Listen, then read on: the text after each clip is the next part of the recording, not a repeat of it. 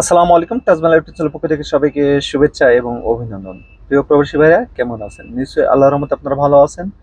তো সিঙ্গাপুরের driving relative কয়েকটা গুরুত্বপূর্ণ আমি কথা বলবো। আমি যেহেতু সিঙ্গাপুরে গাড়ি চালাই, লোকজন কি ভুল করছে। ভুলটা কিন্তু অনেক ছোট, অনেক নর্মাল, কিন্তু ভুলটা যে কত বড় ভুল সেটা আপনি নিজেও জানেন না। আপনি যদি সিঙ্গাপুরের ড্রাইভিং করতে চান বা ড্রাইভিং করতেছেন, ভিডিওটি স্কিপ না করে পুরো ভিডিওটা একটু দেখুন, ইনশাল্লাহ আপনি এই ভুল থেকে রেহাই পাবেন। ভুলটা হচ্ছে কি, আপনার কাছে আমার কাছে ছোট ভুলটা, কিন্তু ভুলটা অনেক বড়। কেমন বড়, বিস্তারিত আমি পুরো ডিটেলস এই ভিডিওতে আমি বলে দিচ্ছি। তো প্রথমত আসি, প্রথম যে বড় সমস্যাটা সেটা দিয়ে আমি শুরু করি। প্রথমত আসি, আমরা যে দেখা যাচ্ছে আমরা যে রেড সিগন্যাল গুলো আছে, রেড রেড লাইট দিয়ে ক্যামেরা কোথায় আছে। আমরা যখন সিঙ্গাপুরে 1 বছর 2 বছর যখন গাড়ি চালাই, তখন আমরা জানি কোন সিগন্যালে রেড লাইট ক্যামেরা আছে বা কোন সিগন্যালে নাই। বা এখন যে অত্যাধুনিক সিস্টেম করছে, যে ওবি যে সিস্টেমটা করছে, আপনার কোথায় রেড লাইট আছে অটোমেটিক কিন্তু আপনার আগে থেকে সংকেত দিয়ে দেয় আপনার আহ, গাড়িতে যে এখানে রেড লাইট ক্যামেরা আছে। তো আমাদের বোঝার কিন্তু আরো সহজ হয়ে গেছে, তাই না? যে সামনে রেড লাইট ক্যামেরা আছে, ক্যামেরা জোন। তো আমাদের বোঝা কিন্তু আরো অনেক সহজ হয়ে গেছে। তো যেখানে ক্যামেরা নাই, যেখানে ক্যামেরা নাই আপনি একাকিত্ব আছেন। আমি অনেক দেখছি, আমি সিঙ্গাপুরে যেহেতু গাড়ি চালাই, আমি দেখছি যেখানে দেখা যাচ্ছে রেড লাইট জ্বলে আসে চলে যাচ্ছে। অনেক ভাই আছে রেড লাইট জ্বলে আছে কিন্তু চলে যায়, যে এখানে তো ক্যামেরা নাই, কেউ দেখছে না। ঠিক আছে, আপনার রাইট টানে আপনার সিগন্যাল নাই, এরো রাইট টানে নাই, রাইট টানে আপনার এরোটা রেড লাইট হয়ে আছে, তবু আপনি চলে যাচ্ছেন, কেউ নাই, কেউ দেখছে না। আপনার রেড লাইট ক্যামেরা নাই তো, বা ট্রাফিক পুলিশ আমাকে ধরছে না। তারপরে আরেকটা কি আছে, আপনি রোড শোল্ডারে আপনার ফার্স্ট লাইনে গাড়ি চালাচ্ছেন, আপনার রোড শোল্ডারে এনে পার্কিং করে বসে আছেন।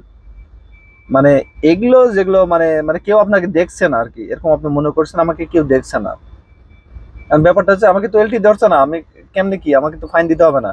কিন্তু ব্যাপারটা হচ্ছে কি, আপনি যখন একটু জিনিস খেয়াল করবেন, আপনার ডবল ইয়েলো লাইন আপনি ওভারটেক মানে ক্রস করতে পারবেন না। অনেক ভাই দেখছি double yellow line anyhow cross করে, এনি হাউ।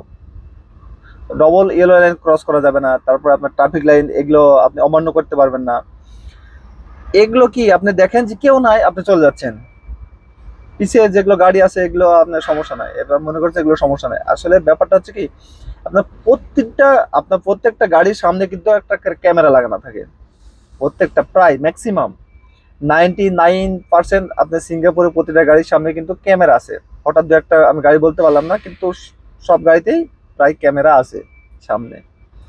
আপনি ডবল ইয়েলো লাইন ক্রস করছেন, এক্সাম্পল আপনি ডবল ইয়েলো লাইন ক্রস করছেন, ক্রস করে চলে গেছেন, পিছিয়ে কিন্তু আপনার গাড়ি আছে, ওই গাড়িটা কিন্তু আপনার ক্যামেরাতে কিন্তু রেকর্ড হয়ে গেছে, আপনি কিন্তু ডবল ইয়েলো লাইন ক্রস করছেন।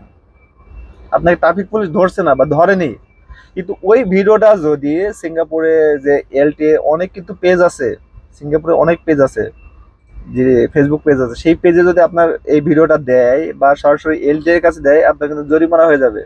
এটা কোনো মাপ নাই আপনার কাছে। যদি যে আমাকে তো এলটিএ ধরেনি, আমাকে তো ট্রাফিক পুলিশ ধরেনি, তাহলে আমি জরিমানাটা আসলে কি করে আসলো? ওই যে আপনার পিছনে যে ভেহিকেলটা আছে বা গাড়িটা আছে, সেই গাড়িতে আপনার ভিডিওটা কিন্তু রেকর্ড হয়ে আছে।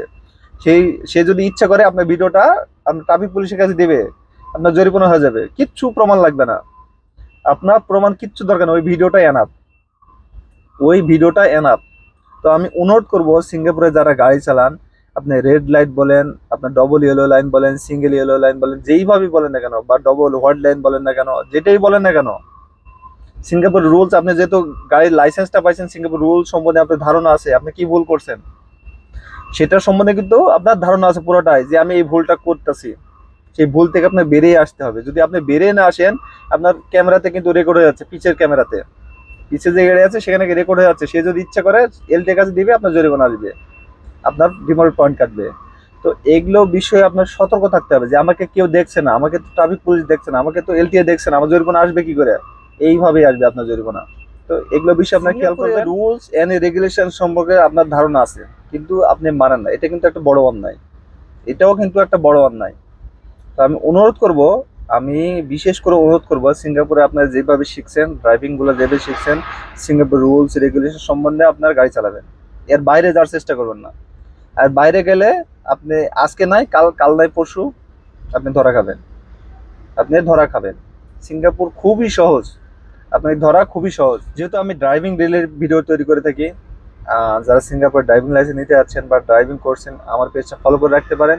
তো তো সবাই ভালো থাকবেন, সুস্থ থাকবেন, আর সিঙ্গাপুরে আপনার যেখানে যে অবস্থায় কাজ করেন না কেন নিরাপদে কাজ করবেন। আসসালামু আলাইকুম রহমতুল্লাহি ওয়া বারাকাতুহু।